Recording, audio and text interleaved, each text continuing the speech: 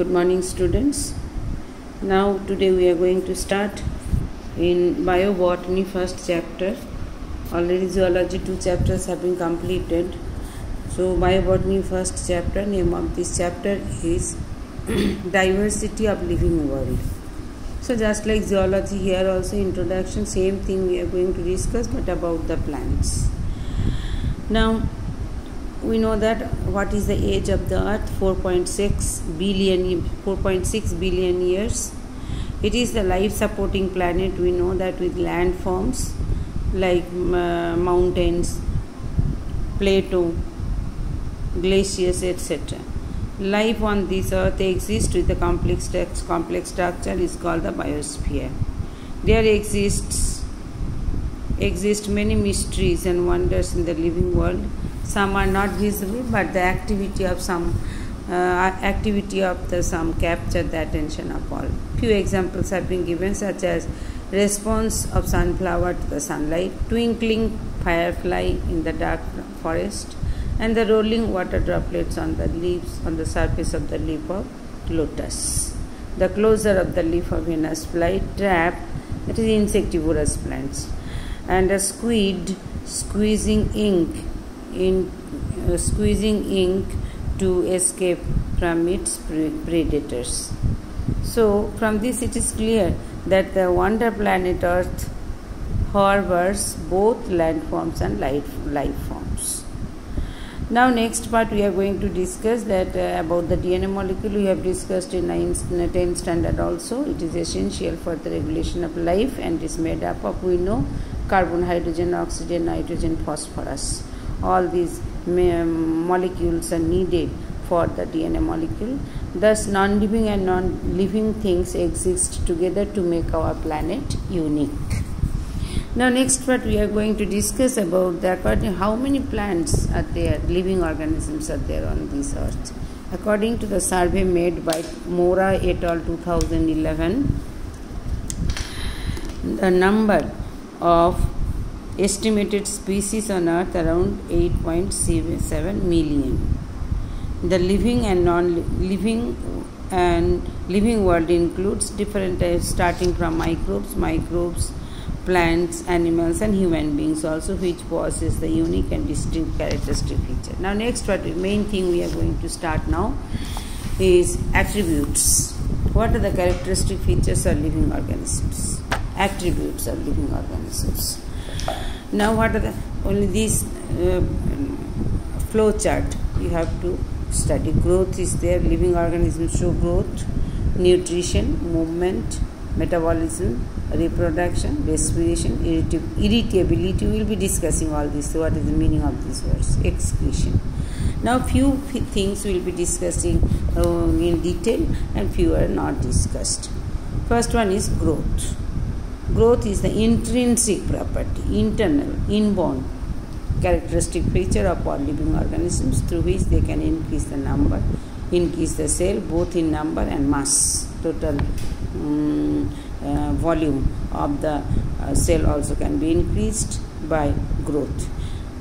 The unicellular and multicellular organisms. So one thing you have to keep in your memory in case of living organisms, growth is intrinsic property. Intrinsic property. In case of not, the difference at the same time I will be saying important word, growth in living organisms is the intrinsic property, but growth in non-living organisms is the extrinsic property. We are going to discuss now. Unicellular, multicellular and multicellular organisms grow by cell division. In plant, growth is indefinite. Indefinite, there is no definite growth. Definite shape is also there. And throughout life of the plant, growth will be taking place. In animals, growth is definite and occurs for a certain period of time. Growth and non-living objects is, so difference between living and non-living substance. Extrinsic means from suppose sand dunes, how it will be growing? Now, by accumulation of sand particles. So from outside we can see, not inside. Inside means intrinsic. Growth in non-living objects is extrinsic. Mountains, boulders and sand mounds grow by simple aggregation of the material on the surface. Living cells grow by the addition of new protoplasm within the cells. That's why it is called the intrinsic. Therefore, growth in living organism is living thing is intrinsic.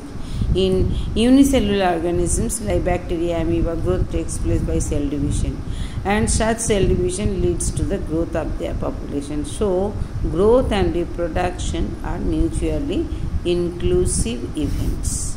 So, important thing, growth takes place in case of living organisms, and the type of growth is called the intrinsic, but non-living things growth is extrinsic. And in unicellular organisms, growth takes place by addition of protoplasm, and the number of population also will be increased by cell division. So, growth and cell division or reproduction are inclusive events. This is short things. Now, cellular structure. All living organisms are made up of cells which may be prokaryotic or eukaryotic. We know the difference between prokaryotic and eukaryotic.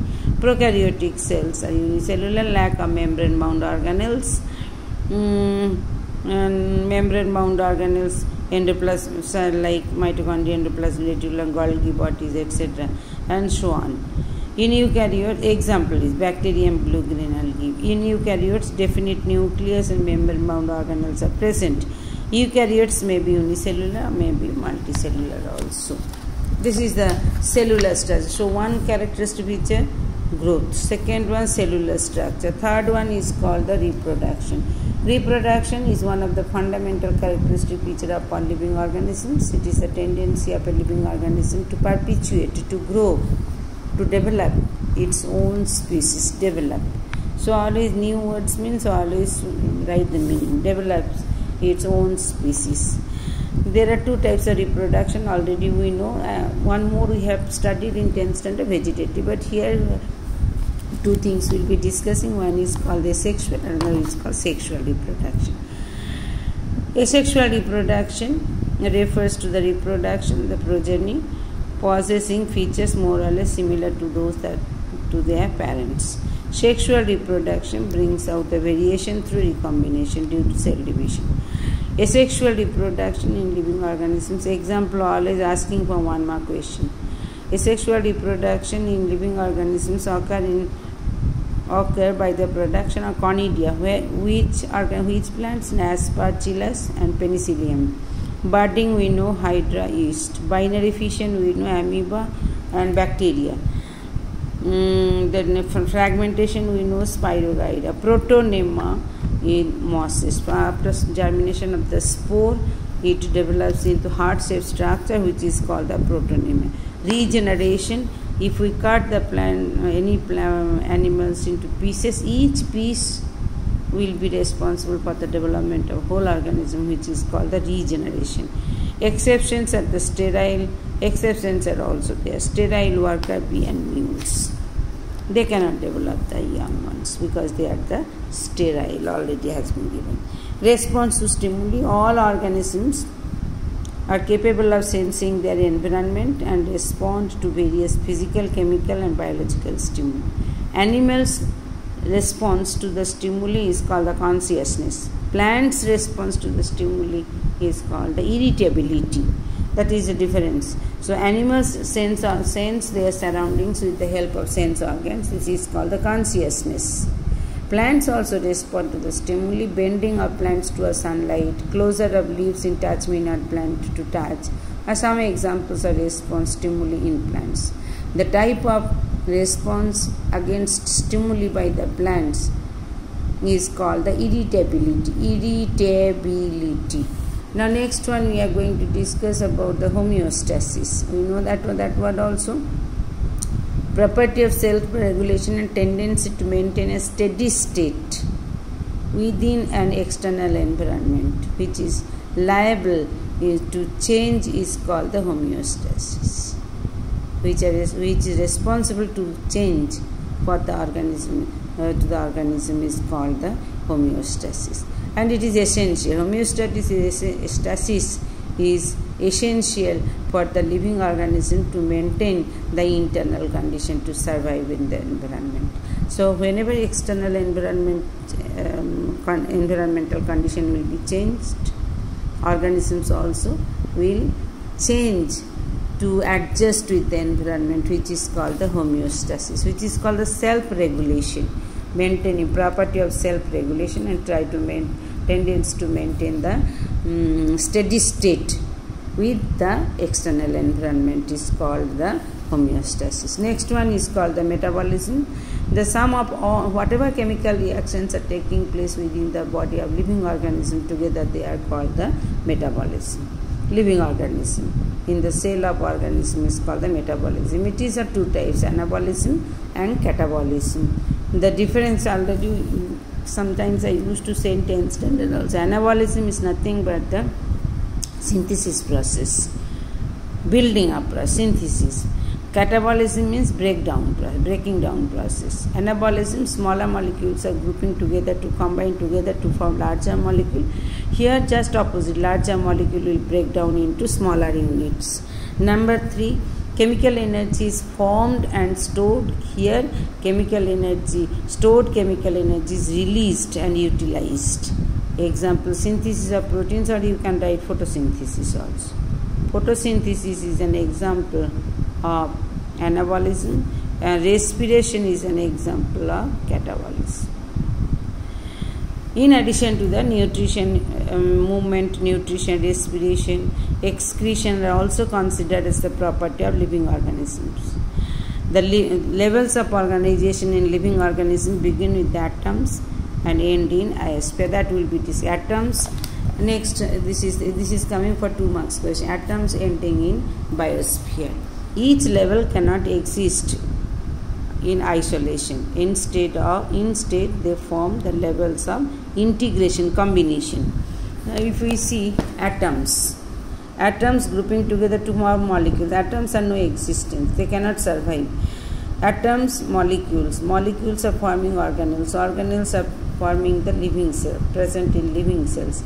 Cells together to form the tissues to organs to organ system to individual organism.